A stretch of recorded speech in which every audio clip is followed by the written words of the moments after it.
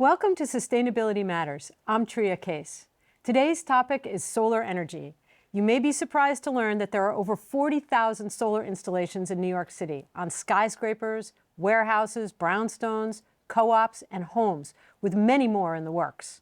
And did you know that even if you don't own a rooftop, you can still invest in solar and have the savings reflected on your energy bill? Today, you'll learn more about how solar is supporting the grid and how it's an important energy resource that is helping us to mitigate climate change. But first, here's Ari Goldberg to give you background and some important details on solar energy in New York. In the early 1880s, American inventor Charles Fritts installed the world's first rooftop solar panels right here in New York City. Since the beginning, the New York area has been at the forefront of solar technology, with the state currently ranking as having the 10th most amount of solar capacity installed in the nation. It's one of only 2 northern states in the top 10, where there are fewer peak sunshine hours in a day, along with New Jersey. Fast forward to 2007.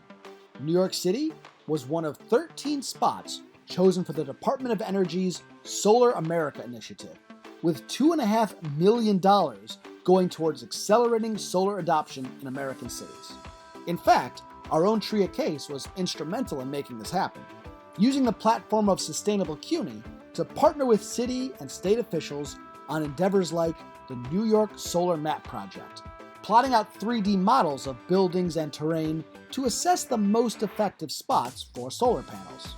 Since then, New York's solar sector has exploded, both individual rooftops and large public utilities. In 2007, there were just about 14 megawatts worth of installations in New York. By 2022, there were 4,461 megawatts, enough to power over 700,000 homes. 700,000 might not seem like a lot when you consider the 20 million residents of New York, but more than half of that has been installed since just 2020. And in June 2022, Governor Hochul announced 22 new large-scale solar projects in the state, an additional 2,408 megawatts. As technology improves, growth is picking up rapidly. But how does this technology even work? Sunlight creating electricity is due to something called the photovoltaic effect. That is, photo, light, and voltaic, like voltage, electricity. Normally made of silicon today, solar panels are, in essence, big semiconductors. When the energy from the light strikes the panel, it excites their electrons. And yes, for these types of panels, it's the energy from the sun's light, not the sun's heat. These excited electrons can now break free of their bonds and flow in a current, electricity, which we can now transport along wires out of the solar panels where we want. Charles Fritz's first rooftop panels were only able to convert about 1% of solar energy to electricity. Nowadays, your typical commercial photovoltaic cells stand at about 15 to 23% efficiency. In lab settings, there have even been solar capture technologies over 40%. And the more efficient we make them, the more cost-effective they will get. Because indeed, cost is a major factor, as energy policies locally, nationally, and around the world grapple with the use of renewable energy versus fossil fuels in the face of climate change. And solar's cost has only been dropping. In the wake of the $370 billion in clean energy funding passed last year in the Inflation Reduction Act, policy analysis has shown that on average, the cost per megawatt hour of electricity for already operating coal plants costs $36, while for new installations of solar utilities, it's only $24. And the Department of Energy has declared a goal of getting unsubsidized solar power down to $20 per megawatt hour by 2030. In New York State specifically, photovoltaic cells currently power about 4.25% of its electricity. Comparatively, for the entire world, it's around 5%. And in the United States as a whole, 3.4%, with a total of 142.3 gigawatts of capacity. which stands in second place globally behind China with a whopping 392.6 gigawatts. But if you want to dream bigger, according to data from the National Renewable Energy Laboratory, by covering only around 10 to 20,000 square miles in our solar panels, which is less than half what we already use for oil and gas, we could power the entire United States with just solar panels. Where sustainability matters, I'm Ari Goldberg.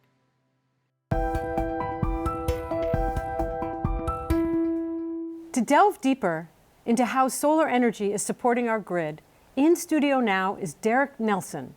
Derek is the Senior Project Manager at the New York Power Authority, known as NYPA. Derek works with NYPA customers, public, nonprofit, and business customers that provide jobs, education, healthcare, and important services to the citizens of New York. Welcome, Derek. Thanks for having me. Thank you for coming here today. So let's just start with, how is NYPA helping us to realize our solar potential? So NYPA's vision is for a New York State powered by clean energy. And as the largest state public power organization in the country, we have a really unique opportunity to do that and a unique responsibility to help make it happen. And we've been around for almost 100 years now. And a lot of that history was about managing the state's really important hydropower assets. Over 80% of the power that NYPA generates is from hydropower. But now what we're looking into is, over the next 10 years, 15 years, 20 years, what are the next technologies that we can bring to further develop clean energy for New Yorkers? And how are you working to help New York City realize solar goals? Yeah, so we are a state organization. We work all across the state, and we've been working to help figure out how to navigate the denser urban environment of New York City. And as you well know, there are all sorts of unique challenges when you try to work in the city. And to this point, we've been focusing in my team, called the Distributed Energy Resources Advisory Group, on providing advice to NYPA customers, which runs the gamut of public entities at the state and city level, as they look into how they can install solar on their own buildings, how they can use energy storage to generate energy savings and support the grid. And we basically act as consultants to help them figure out how best to do that.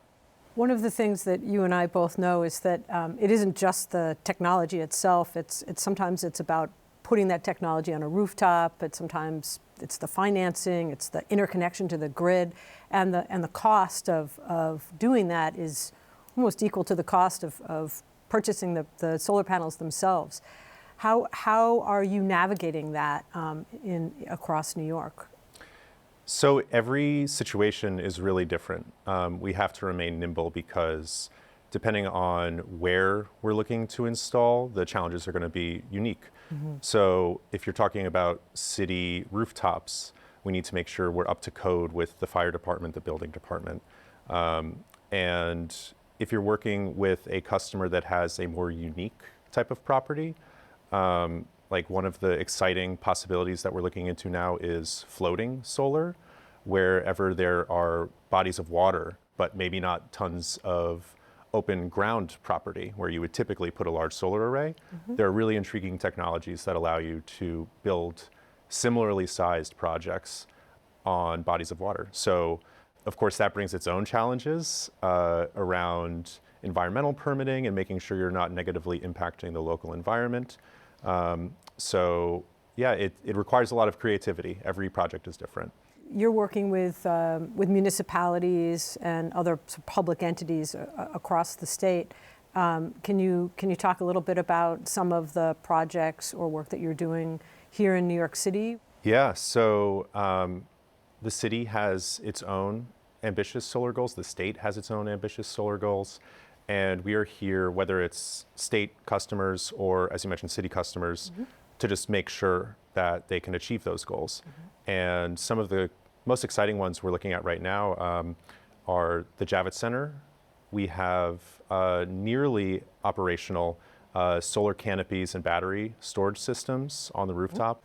That has been a really interesting project because it's required tons of engineering to help integrate the canopy structures with the battery systems. We've also worked with CUNY and other city entities on deploying at schools. And one example we could cite is the Borough of Manhattan Community College, where we helped to develop a 300 kilowatt solar installation.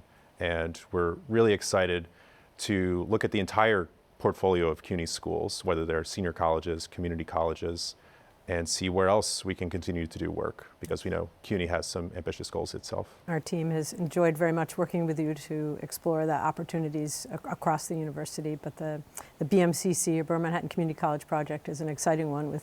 At the time, was one of the largest in Manhattan when that was built. So talk to me a little bit about, you talked about what sort of the floating solar. Are there any other sort of technology advances that you can think of around solar that we can be looking forward to that you're seeing? You mentioned canopies, and I think that's one thing that might be worth talking about, because not everybody might understand what that is. Can you explain canopies and why that might be important for New York City? Absolutely. So a solar canopy is when you basically erect a steel structure that, whether it's on a parking lot or on top of a roof, someplace where for whatever reason you might not be able to install the solar directly on the surface, but you would want it raised so that you can continue to use the surface. So at parking lots, this provides all sorts of benefits, because you can still park underneath and you're getting shade cover for the vehicles underneath, you're getting rain and snow cover, and it's allowing multi-purpose use of space, which is so important working in an environment as dense as New York, where you're just not going to find open, untouched land that isn't being used for anything else. That's just really challenging to find. So we have to get, like I said, creative. So you're spending a good percentage of your time now working on solar. Why do you think solar is an important technology for meeting our climate change goals? What sent you down the path of solar? Yeah, I think solar allows everybody to participate in the energy transition, and that power comes from its scalability in both directions. Like I said, you can deploy really large-scale solar projects, which we see upstate, where you have larger vacant land. You can do that on bodies of water with floating solar, and at the same time, you can install it on your own roof.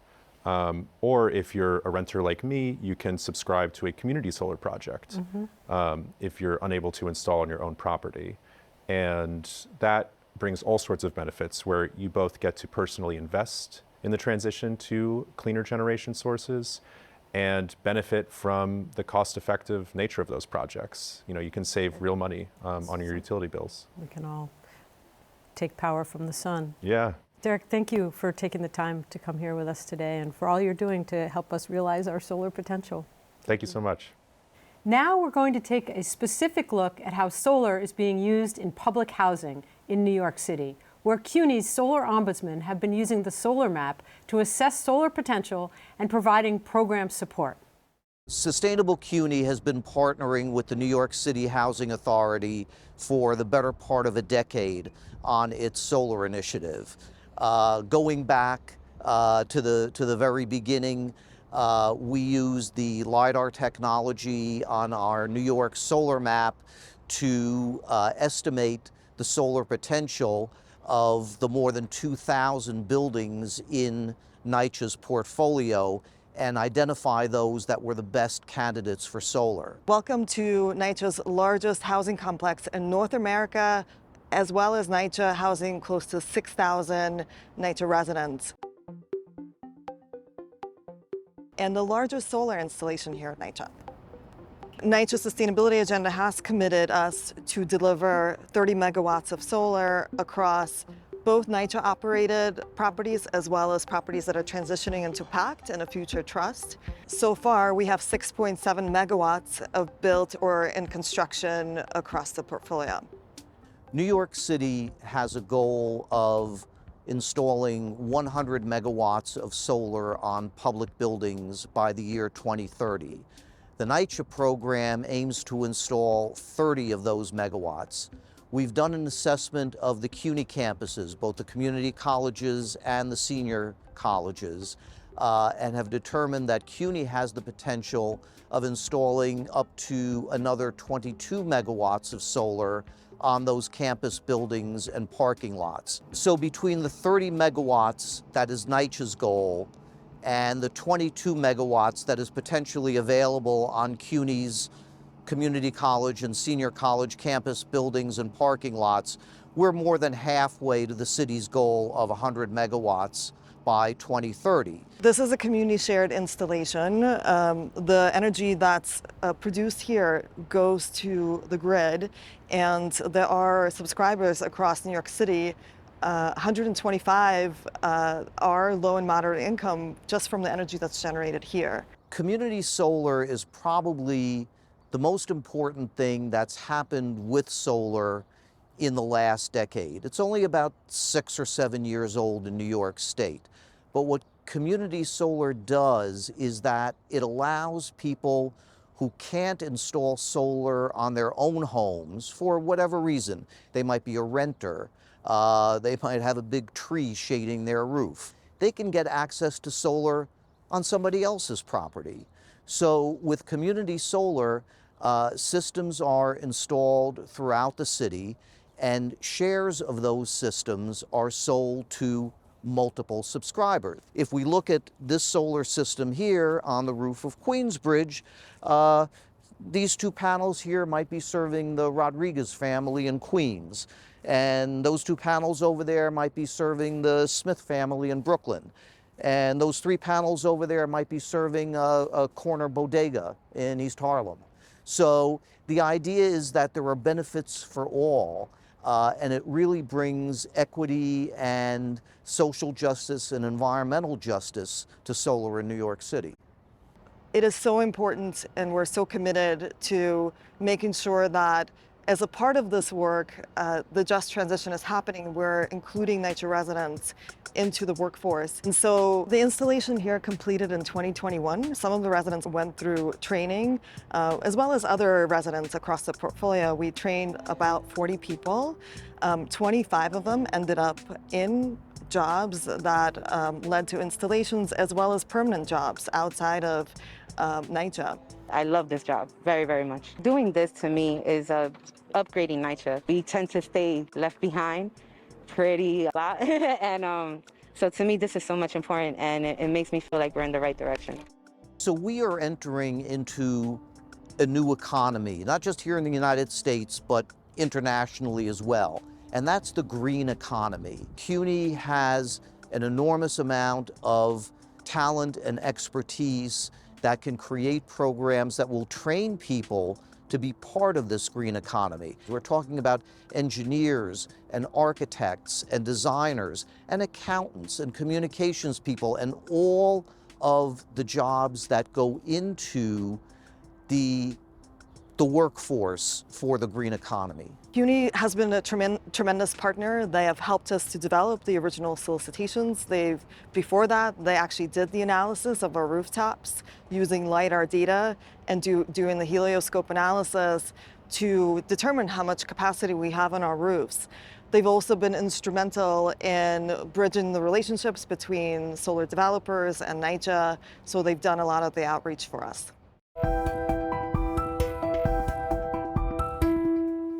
Joining me now are 2 veterans of the solar industry in New York City.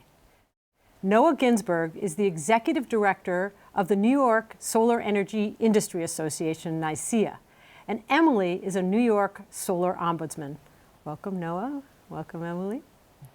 Let me just give a little more background on Noah to our viewers. Noah was a student at CUNY's Hunter College and was instrumental in getting one of the first solar arrays on a CUNY rooftop. Back then, there were maybe 5 solar installation companies in New York City. Now there are thousands of workers in the solar industry across the state. Noah, looking back, what do you think made the difference? Why do you think we're seeing that exponential growth now? Well, I think there are a lot of factors.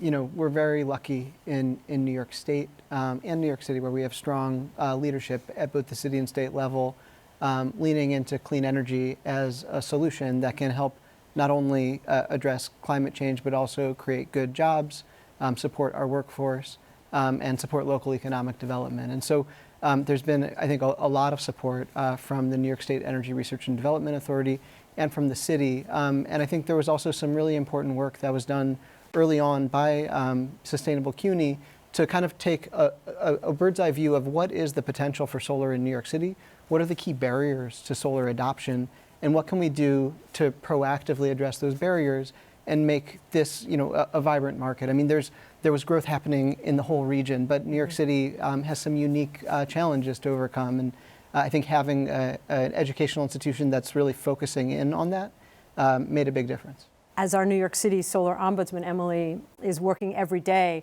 solving problems with permitting agencies and solar installers. So, Emily has been dedicated to this work for over 5 years now at CUNY, and we're seeing this steady growth since the inception of the program.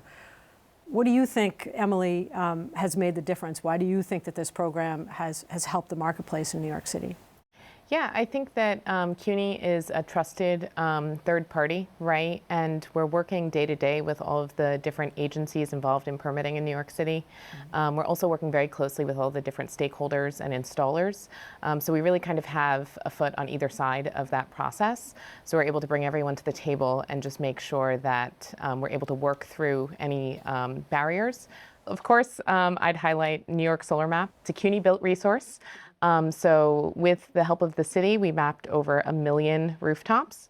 So you may not be able to see your own rooftop, but you can use that tool in order to see your solar potential, see if you have a good site for solar, connect with an installer.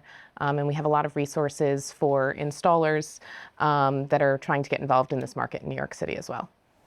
So, Noah, when you think about the different areas that we've had to focus on over the years, where have those sort of tough spots been, and what do you see having been kind of a breakthrough that's helped the New York City solar marketplace? Sure. Well, it's a great question. I think that flat roof solar in the city has always been a challenge, but I think the work that CUNY's done focusing in on how can we streamline the permitting process. Are there cases where we can do straightforward solar installations, and how can we install solar that's going to be safe, meet all the local codes, but still be economically viable. So I think that has been a really kind of important and frankly continuing focus for how to do solar in kind of a dense urban environment. Another big challenge when we think about clean energy is how to make it accessible to low-income families, and to make sure that our transition to clean energy is benefiting all New Yorkers, particularly those of modest means who can use the savings the most. And so I think that the state and the city have done some really important work in that area, creating additional incentives and creating programs to support solar on affordable housing, rolling out community solar to bring the benefits of solar savings to renters and low-income folks and others who can't put solar on their own rooftop. Most of us here in the city, 70-odd% of us live in multifamily buildings and rent. So that I think has been a really important focus, and I would argue that's probably where New York should be investing more of its resources moving forward as we really scale things up. Emily, when you think about the process, so again, you've been very focused on the process for installing solar in the city. Is there any one example that you can think of that you think made the difference in terms of allowing that sort of hockey stick growth, if you will, of solar? So I think it's important to remember we're talking about thousands of projects a year, right? We recently heard from Department of Buildings that there were 8,000 plus solar applications in 2022, right? So I think that the development of the professional certification process really helped folks get through that process, right? There's always going to be codes, standards that have to be followed in the city, but it's making sure that that process is transparent and folks are able to get through it, right? And so by opening up professional certification, folks get familiar with the process and ensure that all of the standards and codes are met, and it's a more expedited permitting process that's really allowed us to deploy solar at scale. Wow, there are so many questions I want to ask both of you, but this is all the time we have for today. So I hope that we can do another show focused on solar. Thank you. You can find more about career options on the Department of Energy website and explore the many courses, undergraduate and graduate degrees that CUNY has to offer at cuny.edu. Please keep the conversation going and follow CUNY TV or send us a message on Instagram or Facebook. Thank you for watching, and tune in next month when we will discuss New York City's rising waters.